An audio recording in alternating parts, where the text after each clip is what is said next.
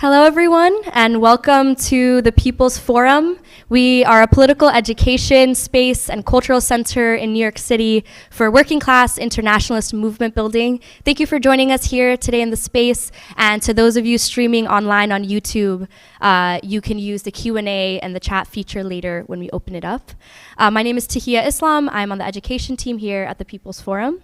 We're really grateful today to have with us longtime collaborators NIMMI GOWRINATHAN, author of Radicalizing Her, Why Women Chose Violence, and ANJULI RAZA KOLB, author of Epidemic Empire, Colonialism, Contagion, and Terror, for book reading and discussion.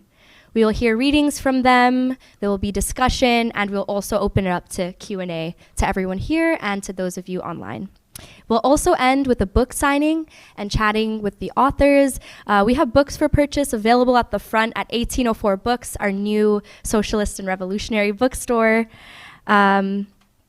And yes, these authors will engage with each other on overlapping questions on feminism and its discontents and the meanings of political violence, with case studies ranging from female fighters in Sri Lanka to rebellion in Algeria. Nimmi and Anjuli will grapple with the de-politicizing legacies of imperialism and the de-humanizing narratives of insurgency that have shaped contemporary crises, from the global pandemic to the US withdrawal from Afghanistan. With that, I will pass it over to them. Thank you so much for joining us here today.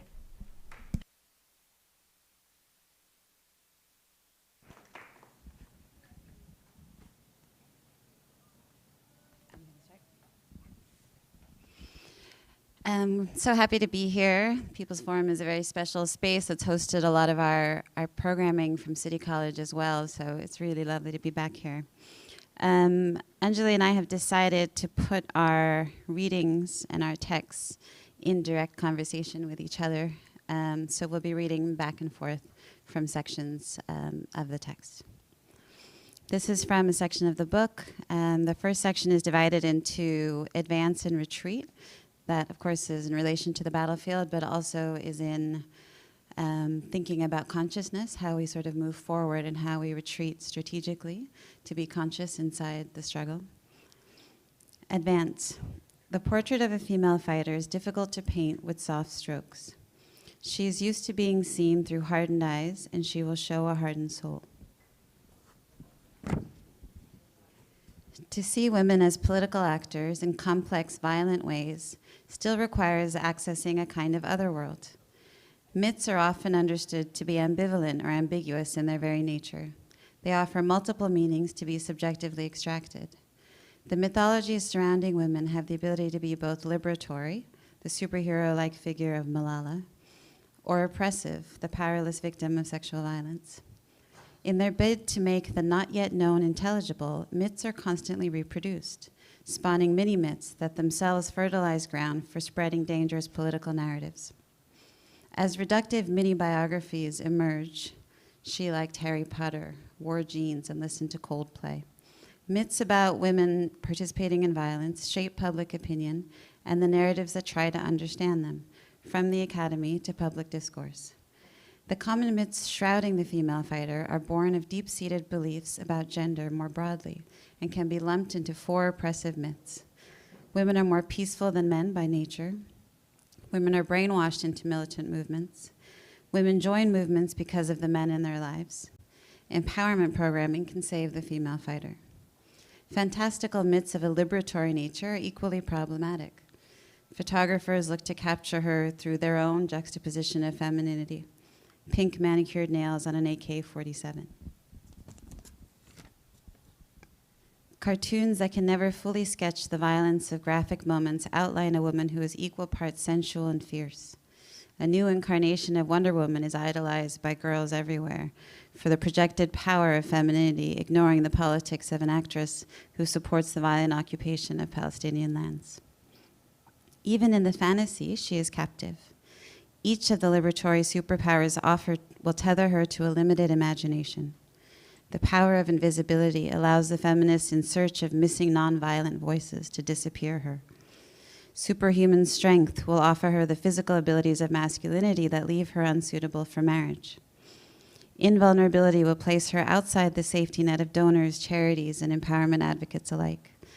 She is neither the good victim to be saved nor the peaceful political agent to be supported. When I meet Akila, a woman from the Tigers in Sri Lanka, I mention that many people think female fighters have been brainwashed. She smiles slowly. I wonder if perhaps something has gotten lost in translation. I ask again, and she replies, yes, I understood. I was not brainwashed. I was motivated to fight.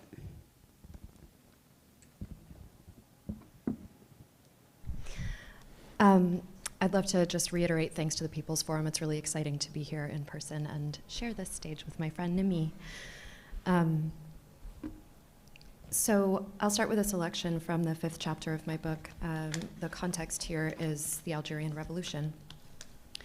Algerian revolutionary Jamila Boupacha's Testimonial is strongly shaped by the paratextual artifacts of Pablo Picasso's portrait and Simone de Beauvoir's introduction to her memoir, which begins with the same figure of vulnerability, an Algerian girl of 23.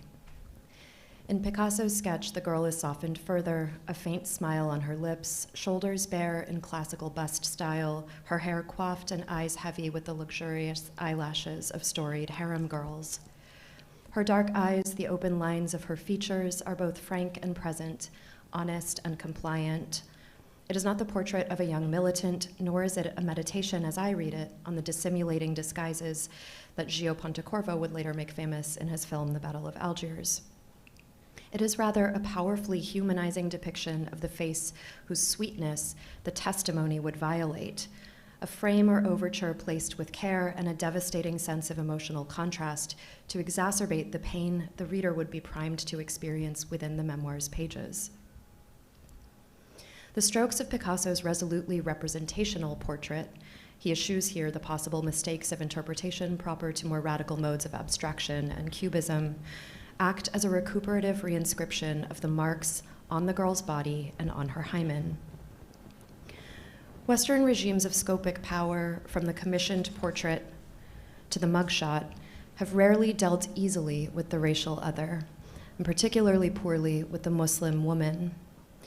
If the portrait in Western art addresses itself to both subject and viewer as, in the words of Jean-Luc Nancy, quote, the unrepresentable of the face, the dis or transfiguration of the figure, the indeterminate slippage of a face barely glimpsed, then the portrait of the Muslim woman unrepresents, dis and transfigures exponentially that which is, by virtue of the specific fugitivity of her visibility in Orientalist painting and literature, barely glimpsed. The portrait of the Muslim woman as a genre in the public eye made an important reappearance in 2002, following the US invasion of Afghanistan, when the National Geographic sent the photographer Steve McCurry in search of the young girl, an Afghani refugee living in Pakistan, whom he had photographed for the cover of its June 1985 issue. The article describing his journey in search of the girl, whose name he did not know, was published in April 2002, a year before the Pentagon screened Pontecorvo's The Battle of Algiers in support and propaganda for the war on terror. From its very title, A Life Revealed, the piece from the National Geographic is a study in the unlearned lessons of post-colonial critique. The tagline of the article reads, "Her eyes have captivated the world since she appeared on our cover in 1985. Now we can tell her story."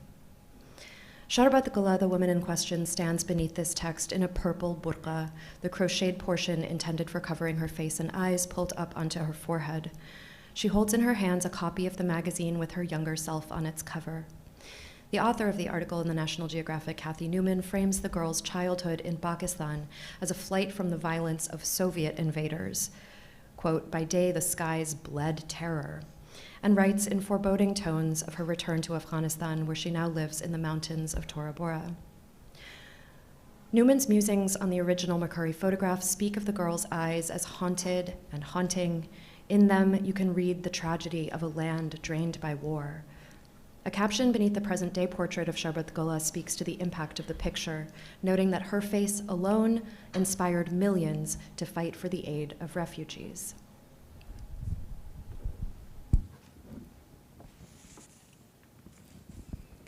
This is from a section of the book called The Stage, Chapter 2, The Role of Rape.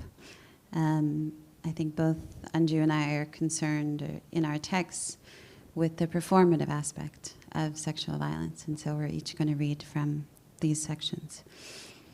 Center stage, Tunis. When we rescue a girl from ISIS, Muhammad tells me over a tiny cappuccino in Tunis, she must sign a document that reads, I agree that now I am a member of an organization that is against violence and terrorism. Tunisia is a country of peace. Then she can be saved. The tribunal in Tunis had been heralded as the first of its kind, one where the use of rape and sexual torture of women by state forces would be revealed for what it was, the violent suppression of political dissent. As I traveled to Tunisia, the courts in London are flooded with requests for asylum from Sri Lanka. The Tamil community is considering a tribunal for accountability. The judges fear, several Western lawyers have told me, that Tamil women are exaggerating their claims of rape to receive asylum. A Tamil organization in need of expert advice will send me the medico-legal reports, proof of sexual torture, of 26 women. When I arrive at the address of the much heralded Tunisian tribunal, I find the building itself has none of the markings of grandeur one expects of a place of historic significance. Its bland structures implies that justice is just another administrative task. The hesitancy of women to take the stand emerges in different ways.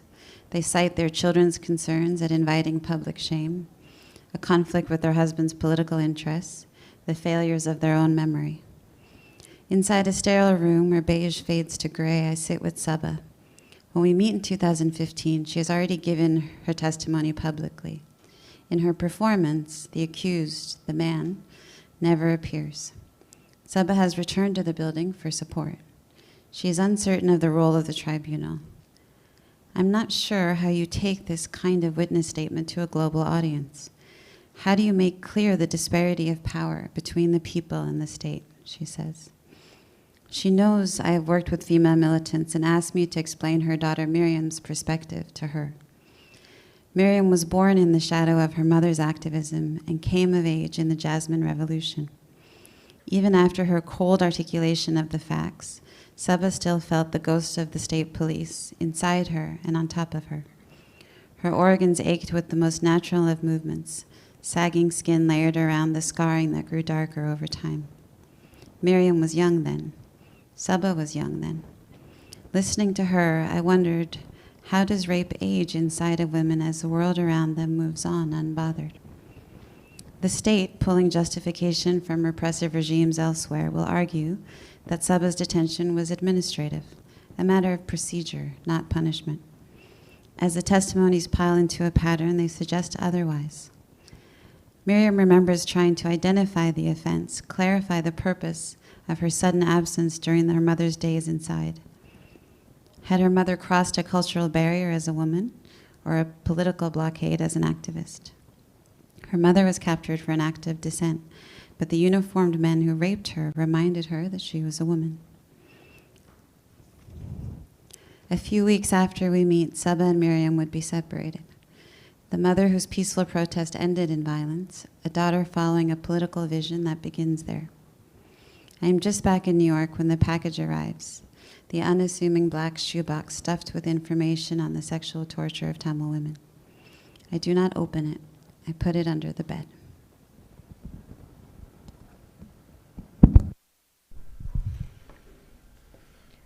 Prior to her arrest, Jamila Bupasha had been working as a probationer in the Beni Messus hospital and revealed in her first conversation with her lawyer, the Tunisian-born Giselle Halimi, that she had stolen medical supplies for the FLN, or Algerian Independence Movement, the day after she learned that Muslim girls working in the hospital would not be allowed to take their certificates. The first physician who examined Bupasha after her imprisonment and torture in French custody, Dr. Lévy-Leroy, noted the evidence of brutal beatings, the rib contusions and burns and bruises, but admitted to the involvement of her sex only insofar as he observed, quote, constitutional menstrual irregularities. In other words, irregular vaginal bleeding. Though he initially admitted that he hadn't properly examined the prisoner who had not removed her clothes, he would later revise his statement to insist that he had inspected her, quote, completely naked, and could not speak to any evidence of vaginal trauma following her torture, since the girl had not specifically complained of being assaulted sexually, and that, in any case, evidence of, quote, traumatic deflation, the phrase that would later be used to describe her rape, was rather illegible on the self-healing elastic surface of the young woman's vaginal walls. In Bupasha's words, quote, "Every time I tried to tell him what had been done to me, he said, 'Oh, there's no harm in that, no harm at all.' He scarcely examined me at all. The whole thing was over in about 2 minutes. He felt my ribs and looked at my fingers, saying, 'Nothing serious here, nothing to worry about.' I didn't even undress." Simone de Beauvoir, both in her article for Le Monde and later in her introduction to Halimi's book about the case, describes the reaction of the president of the Committee of Public Safety in France, Maurice Patin, to Bupasha's complaints of being raped. Relieved to hear she had not been forced to sit on the bottle, quote, "He feared at first that she might have been violated per annum, as was done on occasion with the Viets in Indochina. Such treatment results in the perforation of the intestines and is fatal, but this is something quite different." De Beauvoir adds, "Clearly, nothing of the sort could ever happen to him." Patin would later confess that while he had sympathy for Bupasha's plight, it was difficult for him to empathize with her. She was not a pleasant girl. She imagined herself too easily as some kind of latter-day Joan of Arc. Two things changed the course of Bupasha's trial and caused it to transcend the thousands of others awaiting some form, or at least performance, of justice in Algeria. These were the transfer of the proceedings to France, tirelessly fought for by Halimi, whose travel to and from Algeria was, like many Parisian lawyers, restricted and strategically blocked by Algerian authorities. And secondly, the resonance of her girlhood and the loss of her virginity for the makers of left public opinion in France, who eventually triumphed in getting Bupasha a new medical examination in late July of 1960, 5 months after her torture. Though they could not attribute her many scars to electrical or cigarette burns without a skin biopsy, which they refused to do, a committee of 5 doctors, including a woman, Hélène Michel Wolfram, would report, quote, "Granted that after 5 months, the rapid healing of vulvovaginal tissue normally makes it impossible to identify the method employed in any particular instance of defloration, and further, bearing in mind the fact that we could consult no other examination of the subject's genital organs made prior to her arrest, our answer to the second question remains, nevertheless, yes, Jamila Bupasha may well have had the neck of a bottle inserted into her vaginal passage." At the date of examination, 28th July 1960, it is impossible to specify either the date or the exact method of her defloration with any precision, but the tightness of the vaginal passage, the thickness of the hymen, and the narrow localization of the actual perforations, analogous to those observable in the case of surgical defloration, which involves a single dilation of the speculum, all might well argue in favor of traumatic defloration, end quote.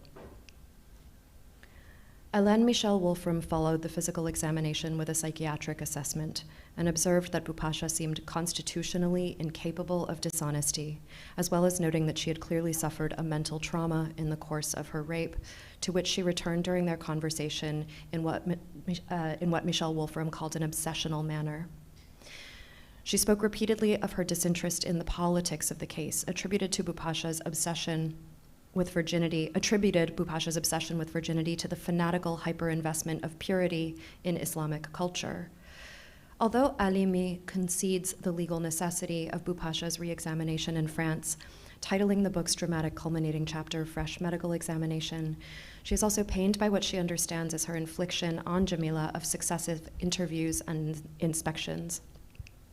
They involved, she reflects, quote, double humiliation, being obliged to undress and have her word doubted.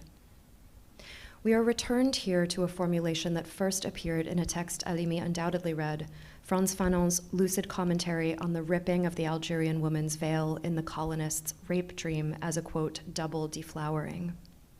This violence and its potential for an eroticized sensationalism akin to the harem fantasies of an earlier Orientalism would become an important tool in the dissemination of Bupasha's story to the broader public in France. Building this part of the case would require an emphasis on Jamila's girlhood, her beauty, her innocence, not just in legal terms, but also in spiritual ones.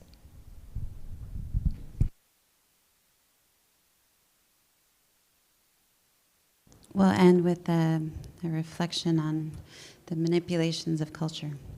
This comes from a chapter in the second half of the book, which is divided into the first, second, and third line of defense. And this is the second line, manipulations of marriage and motherhood. Akila wasn't the first woman to sketch the lines she lives inside in my notebook. Over the years, women in Sri Lanka, Colombia, Mexico, and elsewhere would position themselves inside the shapes that left them open to attack, and the ones inside which they would take cover. The state was often too close, uncomfortably, intimately close. The quote from Akila, "See here, Nimmi, this is where the camp starts, and my tent is here," she draws a square. "There is the barbed wire we cannot cross, a line. Right next to the wire fence, is the bathing area, a circle. The army camp," she pauses to draw, "is just here. Right here," she repeats. I would spend years documenting this violence, the destructive hands of the state on the women they held captive. This was not unique to Sri Lanka. As countries entered into an uneasy peace and state forces became more visible, professionalized, to outside observers, new narratives would quickly spin around these same violated women, separating the state from culpability. As a Sri Lankan army lieutenant would explain to me, "You see, Professor, from the outside you have understood this wrong. This, the violence women are facing, is from inside their communities itself. It's a problem of Tamil culture. We hear of a lot of alcoholism and abuse. Our military guys are very disciplined, so they are obviously not involved." I would hear some version of this from NGOs in Tunisia, the problem of Muslim culture, white feminists directing peace talks in Colombia, machismo culture, and the police force in Atlanta, black culture.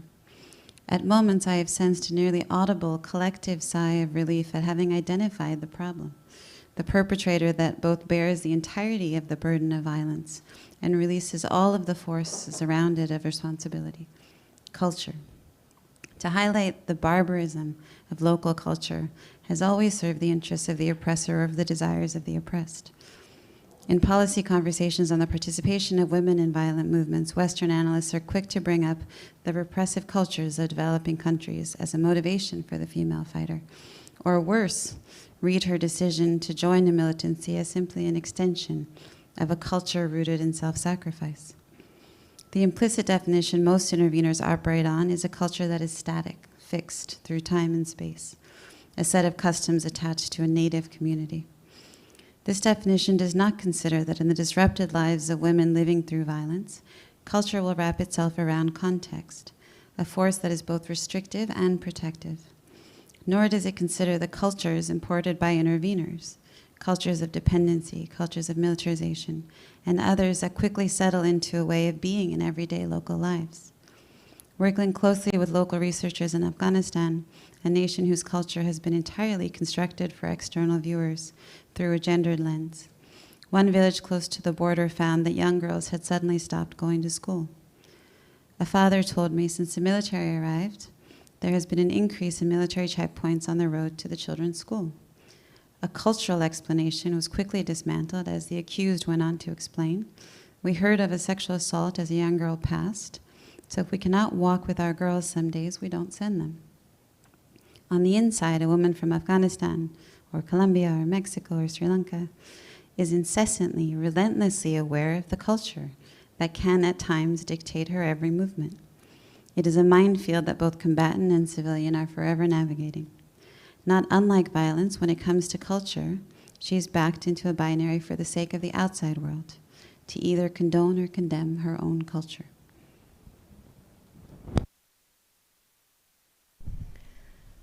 This section is from a chapter in which I read a number of documents, but one of them is the 9/11 Commission report. So if you have it on your shelf and you don't want to read it, I would suggest like around page 260 of my book. It's better. Global space in the 9/11 Commission report is hardly a matter of cartography. It is rather a narrative device determined by the text's twin goals of justification for the war on terror and a narrative of national healing and bureaucratic reordering. Both are routed through the genre of descriptive landscape, which is offered up as evidence of what a healthy, flourishing society does and does not look like. The first chapter, We Have Some Planes, ends in a disorienting cliffhanger with no location named. The unspecified country they're referring to, one of the most remote and impoverished on earth, that's a quote, which is the origin of the ominous facts threatening a terror attack, insists on these landscapes not as specific sites with cultural, political, and economic determinants, but rather as paragons of the ahistorical qualities of remoteness and impoverishment long associated with the backwards regions of the Orient and other colonized spaces. This picture of a backward and sickly place lingers over the break until it is named in the beginning of the next chapter. Once the narrative locates the reader in Afghanistan, the juxtaposition of a primer on Islam, we learn in this primer that it arose in Arabia with what Muslims believe are a series of revelations to the Prophet Muhammad from the one and only God, that's a quote. This definition of Islam appears alongside the diagnosis of a social and economic malaise in the oil states, the other Arab nations, and Pakistan. We are therefore already fixed in the reader's mind as a kind of perfect sense. So where is it? It is in these sick places. According to the logic laid out by the narrative, Islam, in contrast to the anti-colonial grievances that fed the, quote, overwhelmingly secular struggles for independence after World War I, fills in the blank space of the remote and the impoverished country from which the threat issues with maladies, both social and economic. These sources of malaise, according to the 9/11 Commission report, include an addiction to subsidized social welfare programs and their entitlements in the unmodernized oil states, the failure of free enterprise owing to unprofitable industry, state monopolies, and opaque bureaucracies, stagnant economies with low job growth, a sure prescription for social turbulence, and, quote, the repression and isolation of women in many Muslim countries, which, quote, crippled overall economic productivity. Afghanistan's many woes do not even make the list of these symptoms, since it is a place, according to the narrative, where, quote, real economic development has barely begun. If this weren't bad enough, the, quote, secular education reflected a strong cultural preference for the technical fields over the humanities and social sciences, such that, according to the 9/11 Commission report, the exploding population of young Arab men, quote, even if able to study abroad, lacked the perspective and skills needed to understand a different culture. Presumably, the report's warmly informative tone, textbook-style information boxes, and one-paragraph introduction to Islam, the religion of a quarter of the world's population, represents the appropriate perspective and skills needed to understand a different culture. Why stay on? You stay. I'm going to ask the first question. So Anju and I just have two questions for each other to have a conversation about the book, and then we'll open it up to you all. First, I want to say that this book really achieves what academic books just never, ever do, or very, very rarely do. It offers a sort of compelling narrative, you know, woven through this dense textual analysis, emerging with your own theoretical contribution, which somehow sort of sits heavy inside the thinkers that you identify in this lineage, you know, that you emerge from, but still has this kind of dexterity to apply to everyday struggles, you know, to the practice of revolution. And so I think it's really an incredible, incredible contribution. I was very drawn to how this concept of the body politic, so the body as kind of a binding force of political thought, alongside a healthy constitution, operates as this kind of scaffolding to uphold dominance and supremacy, with the state positioned as the giver of care. And of course, how that, you know, I suppose a question from there is, how does that operate in the collective imagination of a nation, no? Alongside this process that you identify of de-politicizing insurgencies by using the language of epidemic, a cancer, a plague. And how do you see this narrative framing what you call the racialization of diseased bodies showing up in the U.S. today in, you know, privately contracted clinics at the border, or perhaps energizing a white nationalist movement? How does it kind of infiltrate? How does it inform the individual citizen and the policymaker? This is such a big and good question. I think I want to start by saying It's helpful for me to think in visual terms about the body politic. So something close to like the frontispiece of Hobbes's Leviathan, a body made out of other bodies, as a kind of diagram of what a body politic might look like or what it might mean. So you're asking about the state as the giver of care, but I think what was in my mind as I was writing a lot was also the state as the definer of health. So we start with a profoundly ableist, not just cis male hetero idea of the body that is healthy, but also a really restricted sense of what the limbs and the senses can do. And that as a basis for a philosophy is going to result in all kinds of injustice. The racialization of disease around the 19th century in the era of the development of tropical medicine and epidemiology has a flip side to it, which is the diseaseification of race. So there's a kind of double movement of this metaphor that's upsetting and lingering. I mean, it's sort of the story of 200 years that I'm trying to tell in the book. But the fun part of the interesting, the exciting part of your question is sort of like, well, where is this happening now? Is it happening at these border clinics? And of course it is. When you sent this question earlier today, I was also thinking about, and thanks to talking with Janessa before we got started today, like, how to think, for example, about the long-standing maternal mortality crisis and the way that it is racialized in this country, and then the new abortion ban in Texas. What points of access are being whittled away further and further and further? Medical apartheid in this country goes from the bottom to the top in every form of care, from dermatological apps that show you how to track skin cancers to medical students still believing that Black and brown people experience less pain, not being listened to in neurological exams. Access to healthcare at all is a racialized situation in this country. It's also in Canada, where I teach. So there's almost nowhere you can look in the practice of contemporary medicine where race is not pathologized in one way or another. And I'm sad to answer the question in that way, but I think the examples unfortunately sort of proliferate and write themselves. Does that get at what you were hoping to talk about a bit? Okay. I have a question for you. We're going to cite you soon. Oh, good. Perfect. It's hard.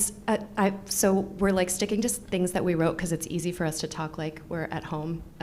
So I'm going to try to be a bit more formal than that, and say also just out loud and publicly what an honor it is to share this stage with you. The way that you wrote this book is also with you in it, and the women that you talk to in it, and the relationships foregrounded is so breathtakingly beautiful and such a accurate report of how you live your life also in the communities that you build around you. And it's everything that one feels one can't do in a researched book, and you just did it anyway. I already would have been happy to share this stage with you, but it's been, if you guys didn't know this, we read portions of our books that we wrote at the same time, but not in conversation really, which is strange. So just a lot of affection and admiration flowing to you. And I love that these books read really beautifully together. They're so different in the methods, but really the heart is sort of the same. So thanks for that. So I want to ask you, in light of all of this love, I want to ask you a very simple question that I've also been contemplating in other archives for many years, which is about the shifting definitions of violence.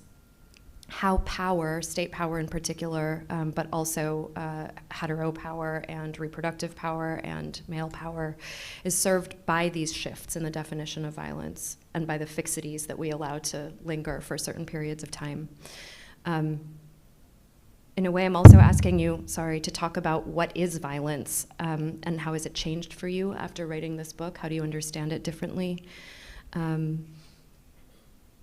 And part of the reason why I want to ask this question is that we don't normally think of violence as something generative. We think of it as being a sort of annihilating force or a destructive force. But what I love about your book is how you talk about the choice of violence, and it made me think, what can violence make? I'm a poet, so I'm always thinking in terms of poesis, what is it creating out of nothing? I'm brought back in this question to Frantz Fanon, who I read a little bit from earlier, who considers violence in The Wretched of the Earth to be both work or labor and also pure mediation.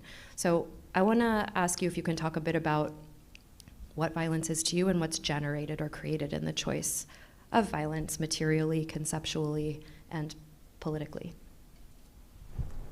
It's an important question, and it's one that I don't get to explore very often, because you get stopped at that point where, you know, most conversations, well, are you condoning violence, right? And then the conversation shuts down past then, right? So there's no, I am sometimes. But that, you know, it's, first I think the title of the book, you know, Women Choose Violence, it's important to contextualize that with the idea that choice itself is constrained, no? And that is part of the work of the book, is to make visible these constraints, right? Her choice exists within a constrained context. And I think a lot of times, particularly in my classes, we talk about, or we ask people to describe what is big V violence and what is little v violence, right? And it's interesting, it always falls along the same lines, but it ends up being, you know, genocide and war and big V violence, right? And then little v violence is domestic violence and intimate violence and, you know, the violence of poverty and those kinds of things. And eventually, I think as you work through it, you realize that the only difference between these two, big V and little v, is essentially narrative. You know, it's how, as you talk about in your book, how and who disseminates the violence for consumption, right? And what the agendas are of those who are disseminating the violence for consumption. Right, there is no big V and little v. I think the work of violence for these women, which is an interesting way to put it, is a way to reclaim humanity, no, in its entirety, and that is the destructive and the creative. Right, I think that is the work that violence is doing, and it's lovely to be able to answer this question with references to your text. You know, you talk about this, the weight of the psychic existence under colonialism. And this revolutionary choreography, which speaks to me of this kind of constant recalibration in a bid for these women to get out from under multiple forms of repression. No? And how does violence do that? How does it allow an escape route multiple times? And you have a lovely line where you say that inhabiting gender is a corrective rather than an absolute statement. And it gave me a way to think about the female fighter, actually, and about violence, that they inhabit violence as a corrective, not as an absolute statement. Something that I think operates internally and externally is this reaffirmation of the right to exist. You know, and I think fundamentally that's what self-determination is the right to exist. And so, you know, it's sort of working against the continuum of violence that starts from this state, right? That the positioning that they're in. There's a lovely quote in the book from Sandra, a senior member of the FARC in Colombia, who says, so if a soldier comes at you with a gun, women should respond with what? She asks rhetorically. A Bible, a book, kindness. And I'll sort of end it with her words, which are always better. And I have a final question for you. The section of unveiling, I want to read a short quote from Anju's book. Extrapolating from the unveiled woman's commonplace appearance, her share in the commonwealth of the worldly womanhood, we can see how the difference that scaffolds even the most intimate of encounters in a colonial space begins to fall away and reveals not just the ordinary sameness of the body, but also perhaps the ordinary sameness of the body's political demands. So I thought this was really, I mean, as so many of your sentences, it encapsulated so many things in one sort of sentence. If you could speak a bit more on how the very sameness of the female body in the unveiling of the Algerian woman or the Algerian revolutionary is a kind of deflation to the colonial imaginary, right? And perhaps by extension, and this is sort of connected to my own work, you quote, this liberal muddle of therapeutic empire and its proliferation of dehumanization and justification, which I love. Why does it work so hard to construct these women? No? The singular, uneducated Afghan woman, the sexualized victim in the Congo, the FGM survivor, in Western Africa, as the benefactors of colonial wealth. How does this distract from or dismiss or purposely subvert the banal politics of the everyday of these women? I love this question so much that I blocked and forgot that you were going to ask it, so now I'm astonished by it all over again, which is fun. I think I want to. I mean, you taught me a lot in asking me this question, actually, and I was about to say I'm going to weirdly answer this psychoanalytically, but of course that's not weird. It's Fanon, so he's trained as a psychoanalyst. I think there are a couple of things going on with this. Let's just call it the deflation or the disappointment. The scene that Fanon is describing here is the one in which the French doctor practicing in the colonies examines the Muslim woman patient without her veil and is like, oh, like her teeth are fucked up, or like, oh, she's not so mysterious or beautiful. And it's this bizarre rending of the desire, like the powerful circuits of desire that motor colonial conquest. So the Algerian woman's body is here continuous with colonial space. There's a kind of mythology that's in place since 1830, since the French colonization of Algeria. I mean, way, way earlier, but in this context. So I think that deflation tells us a couple of things. I think it tells us exactly as you say that there's a kind of shock of recognition of the sameness of the body that is no longer. You talked about the black shoebox that arrives that isn't open. There's also the downed black box of the downed aircraft or the hijacker. There's a sense in which Muslim subjectivity is somehow inside of a thing. The resonance with the Kaaba, the black cube, shouldn't be lost on art historians in the room.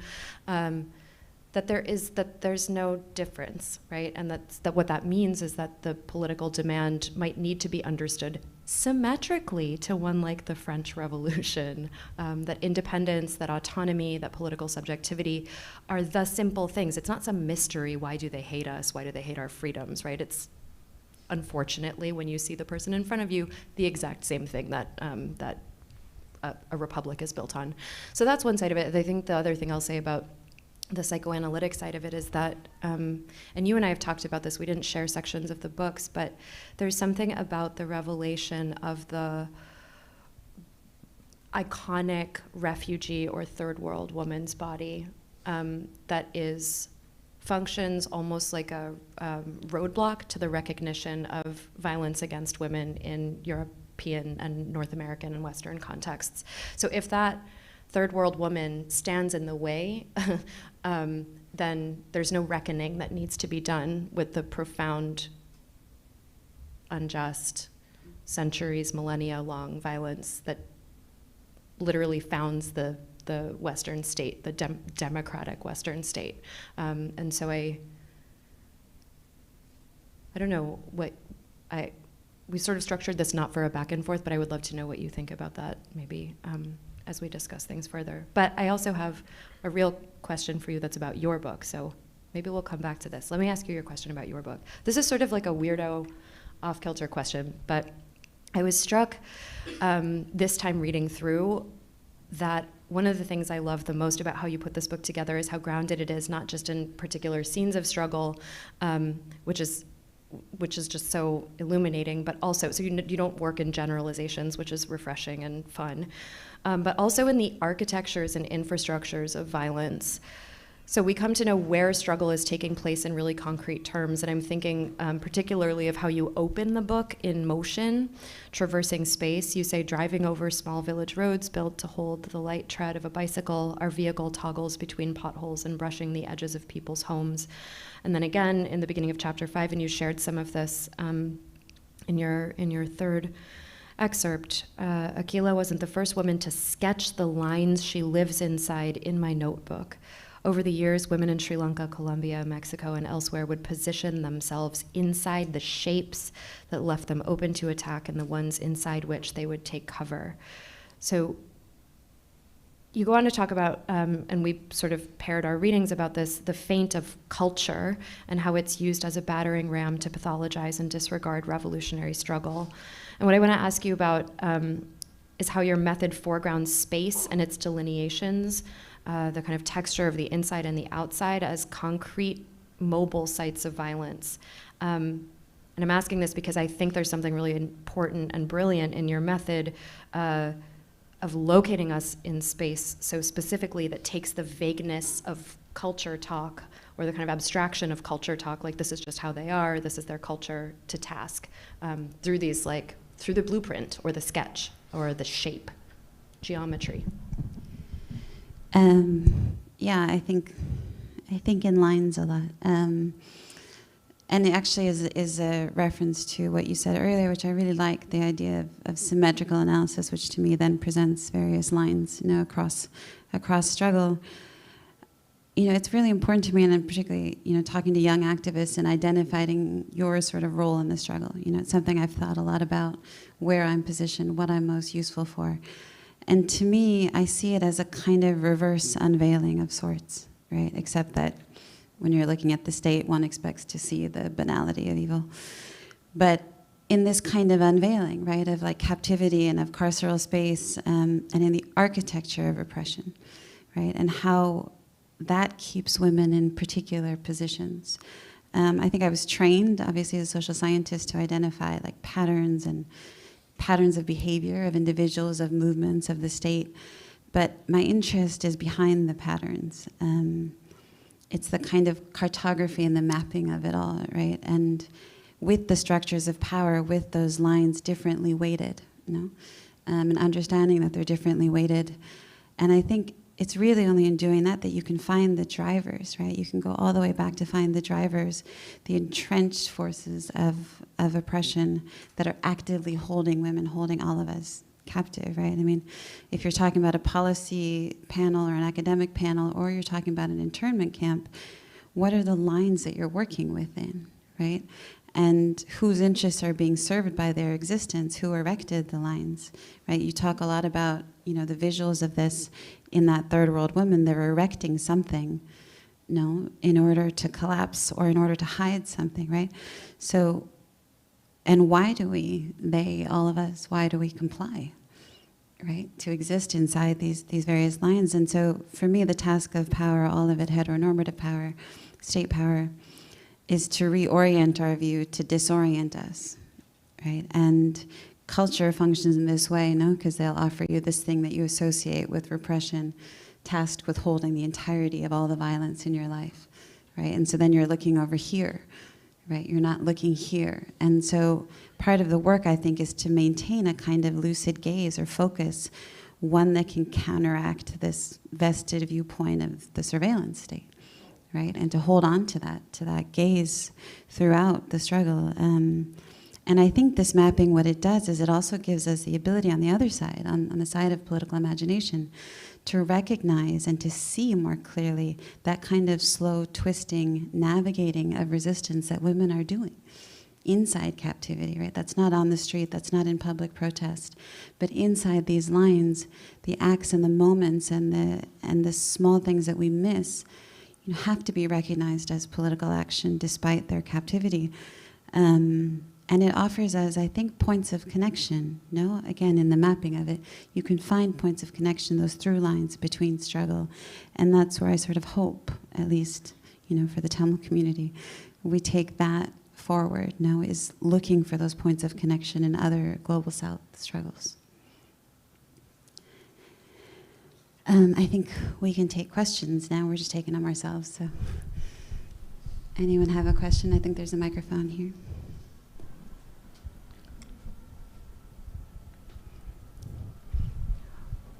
While people gather their thoughts, I will just make a small reading suggestion that, as a follow-up to Nimmi's comment, one of the most brilliant moves in this book is putting a section called The Battlefield. Academics in the room will love this, next to a section called A Panel. So it's really, really serious about positionality and the where of revolution. I mean, raise your hand if you've been the only woman of color on a panel.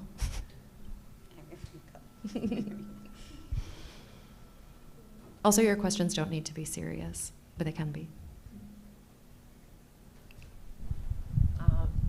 Hi, I think it was so good to listen to both of you, and I have not read the book, so I'm really looking forward to read the book. And I think it's just not a question. Question is some kind of thought, and I come from India. And I am not part of that kind of radical group, but I have been a part of Marxist feminist group back in there.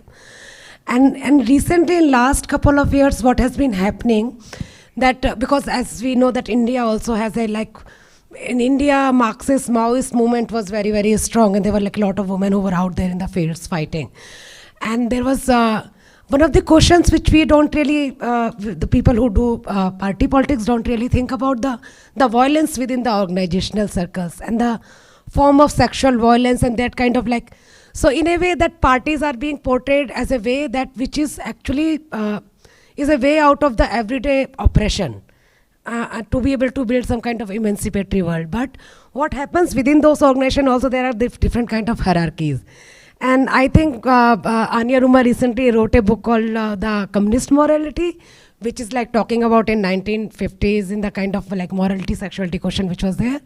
But there has been also, women have been within the Maoist movement, raising this question and talking about this kind of like the question of sexuality and the possibility of sexual violence within the movement as well. So I don't know how to like think about it. As I say it, I'm standing in solidarity with the movement. I'm not criticizing the movement, and I'm not even delegitimizing them.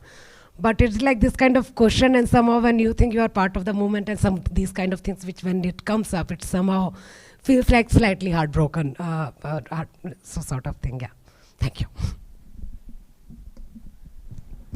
I can answer quickly. I think that's obviously it's a real thing, and it's in every movement, no? And I think that when you're looking at any movement in history, you're never going to find one that was able to equally sort of allocate its attention, its resources, its ideology to racial justice and gender, to nationalism and gender, to Marxism and gender. It just doesn't exist, right? That hasn't been done, right? Still hasn't been done. But I think the really important thing about sexual violence and sexual harassment inside movements is who is asking the question and why they're asking those questions, no? Because obviously from the outside, from the more oppressive force, this becomes a very useful divisive tool to split the movement, right? And so when that happens and that sort of material enters into, I talk a lot about sexual violence and sort of the limits of trauma-based mobilizing in Me Too and putting that kind of traumatic sexual pain out publicly to be manipulated by other political agendas, right? But it is the work of us inside the movement, and I think that's really important to recognize, right? That we have to do that work without necessarily putting it out for other political agendas. No, it happens everywhere. It happens inside the Tamil struggle. It happens everywhere, and it is, of course, is a reason why women leave struggles, right? Why women decide to leave these movements because of these things that are happening. But I resent the implication that you get a lot of times, particularly from sort of mainstream white feminists, that the movement itself is anti-feminist, right?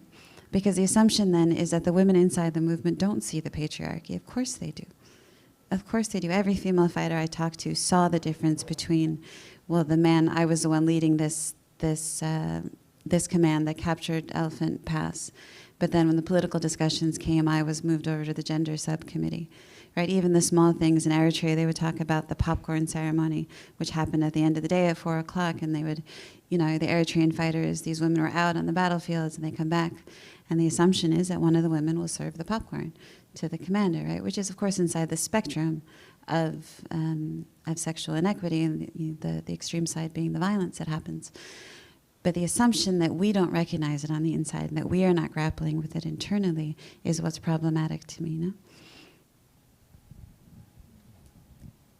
I think this is really a question for you. I'll add very briefly that in the historical context of the use of the kind of tactical shift of the role of women in the Algerian liberation struggle, the point Nimmi raises about asking the question, who is asking the question, about how women are treated is a really important one, and it's an important one for locating where knowledge appears with a capital K.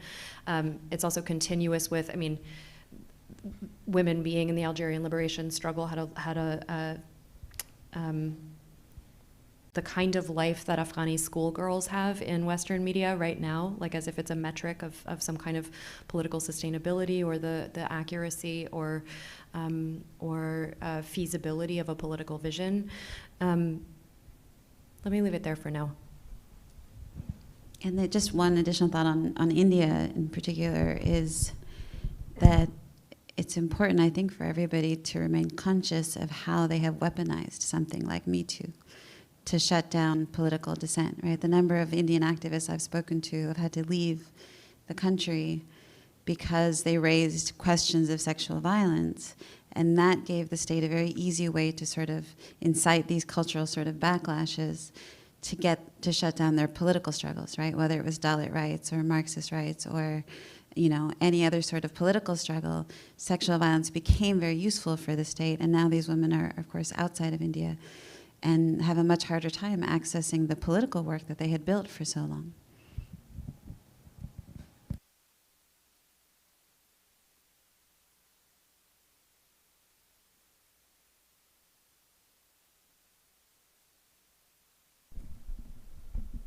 Hello, thank you both. You both spoke about like Western regimes of scopic power and sort of like cliche visual binaries in mainstream journalism. Can you speak to your writing process and how you evoked images in your own prose, in your own voice, while not capitulating to these like colonial, you know, while not reproducing these sort of like quick sketches of the people you interviewed, Nimmi, and the subjects of your analysis?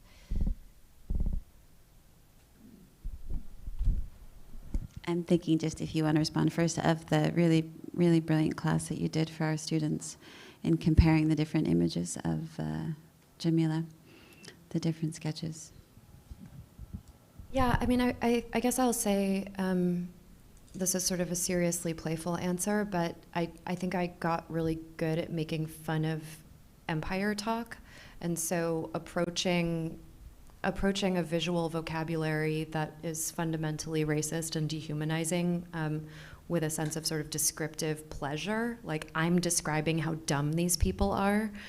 That's sort of how I got through like reams and reams and reams and reams of archival material on cholera in 1817. So if you can't, like for me, if you can't figure out how to make something like that jump off the page a bit, then you're just saying, here's another cliche, here's another cliche. I think, I don't want to speak for Nimmi, but I think, imagine that for both of us, avoiding the cliches that you're talking about or avoiding the kind of Western scopic gaze is both an easy thing that has to do with having experienced it, and also more seriously, like a profoundly exhausting and important and essential ethos to rigorously and continuously examine our own subject positions on a panel or in a room on 37th Street. We are both of these places and absolutely privileged beyond the imagination of almost anyone who grew up where our grandparents grew up. So yeah, just a constant return to that positionality and what it gives us access to and what it doesn't and what it never will. I think in some ways that is like the political work of reclaiming forms of political expression and in the way that the state uses these visuals as a tool to construct, right? How do we sort of subvert the imagery in such a way as to reveal their own sort of complicity in everything, right? And I'm thinking of the piece that I wrote for Guernica magazine. It was called Monsters and Women. And I think that what happens in a lot of these spaces, and I certainly know that there's others in here who have experienced this, is that you start to feel like you're going crazy. When you're listening to the conversation, when you're hearing someone say, well, these women joined militant movements, this was a conference in Italy of counter-terror experts from around Europe in this very strange, dark monastery, talking about the sort of future of women and extremism. And each of these experts had these ideas that really existed only in the absurd, right? That these women joined because they saw images of Arabic men on Instagram, or because they're drawn to pastel colors, or and all with this kind of levity, that these women are coming back from war because they're disillusioned with the movement, kind of like your creature comforts. I think one of them said in the FBI in the US, they miss their creature comforts, which I asked her to clarify after first asking, was she calling women creatures, and then asked her to clarify what creature comforts meant. And she said, like a glass of wine at the end of the night, watching your favorite sitcom, about Syrian fucking refugees. You know, this is what she's talking about. And so I think for me, it was sort of grappling with anger inside the absurd, right? And being able to say, like, okay, I'm getting angrier and angrier and angrier. You know, you're not allowed to scream at people. And that piece, Monsters and Women, essentially came out of that conference, which I tried to write a straightforward nonfiction, like, this is what's wrong with counterterror. But instead, what I saw was that in this meeting, you were constructing a monster. And then you deconstructed her, but you created her. So then how can any of this be accurate? No? And so it was sort of based on The Bride of Frankenstein, because what it allowed me to do was to pull from, as a writing device really, to pull the parts of her that they had put in and the parts they were taking out. No, they were taking out her brain, they were taking out, but they had constructed this figure that they would then combat, right? And so, yeah, the visual aspect of the writing, I think, becomes reclaiming that in the big narrative, because I think the state always assumes it controls the bigger narrative, the meta-narrative, right? But I feel that we can, you know, as much as them, shift that meta-narrative.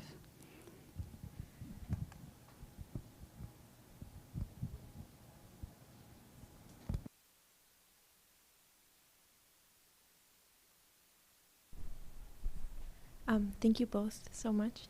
Nimmi, and something that you just said about like the monster, but you just created her. I was wondering, earlier, Anjuli, you mentioned about how the pathways of desire that colonialism had like created and then acted upon. I was wondering if you could say more about how they got created, and not historically or materially in that way, but psychoanalytically, like going off the Fanon example. Sorry, this is an outrageously hard question, and I'm psyched about it. I mean, I think what I really want to say, the most foundational sort of dyad of power and desire is what produces like an entire cultural machinery around knowledge of lands to be conquered. We could think of it almost as a kind of emotional or affective priming, that in order to launch the kind of state narratives that uphold something like a myth of a monster, or to launch the sorts of state narratives that tell us pour more money into tarring the bottoms of ships, right?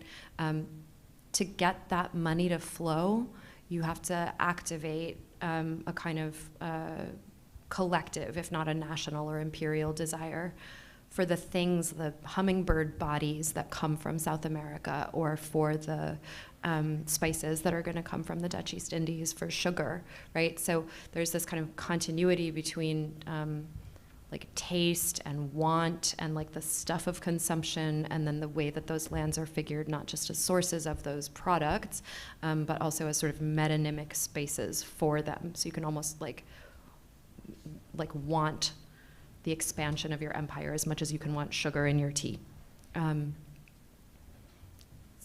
It is material answer, but I'll only go than that much for psychoanalysis. I think I operate more in the world of sort of hard science, and so for me, it's a lot about accessing collective imagination, you know, about what forms inside collective imaginations, what drives some of these, right? Because you realize that this is not, having worked in policy spaces, human rights spaces, the academy, other places, this is not simply a policy that's been written in this really formulaic way, right? It emerges from someone's imaginary of some other person, right? And doing the work my dear friend Valeria and I are doing now with, you know, hysterectomies at the border and some of the violence, reproductive violence happening at the border, you're not just talking about a doctor who did something, you're not just talking about a CBP officer who violated something, you're talking about a pre-existing imaginary, you know, of people who breed too much, or people who are diseased, or people who are fundamentally in Sri Lanka, you know, the belief that they are inferior. And so what's driving that imagination, what's holding it in place? I think a different form of writing this creative nonfiction for me is a way to sort of excavate that, and to enter into people's brains from another path. So that you can start to expand that imaginary, or at least pull out the really sort of dark roots of some of this stuff, you know, to be examined.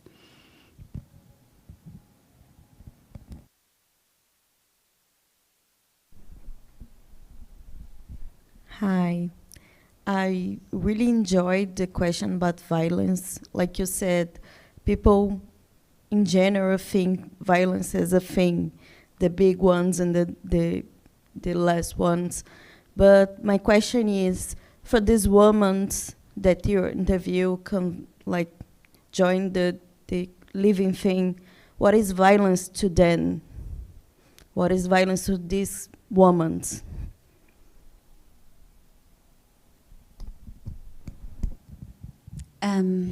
The way that I usually think about it is that violence is their political reality, and it's their definition of it is how it infiltrates their everyday. No, it's intimate, it's, you know, sort of social, it's starting from the kind of alcohol provided by the military to the man who can't get a job because he's living under occupation, who's now, you know, in that intimate space, violent towards her. It's in that kitchen, right? It's in the marketplace when she goes to get vegetables, and her picture is known by the military, and the military are now running the vegetable stands, right? It's when she, you know, as a child, lost her father to a shelling, you know, on the street corner, right? It is the continuum of violence, and that's why. And, you know, from this point all the way inside to the point outside, that's what they're fighting, is the continuum of violence, right? The inescapable, the relentless, you know, everydayness of this violence. And, you know, when you're put in this position to condemn or condone violence, it takes away the fact that it's simply a political reality, and your opinion on it doesn't matter, right? And so it's simply how they see that on the inside.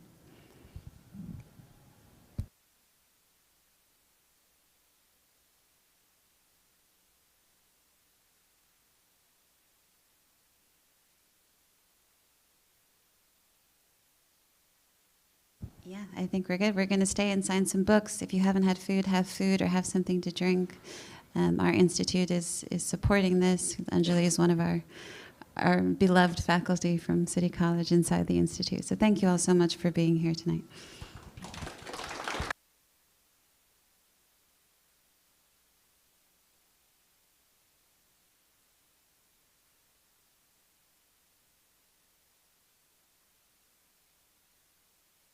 Thank you all so much. We still have snacks remaining.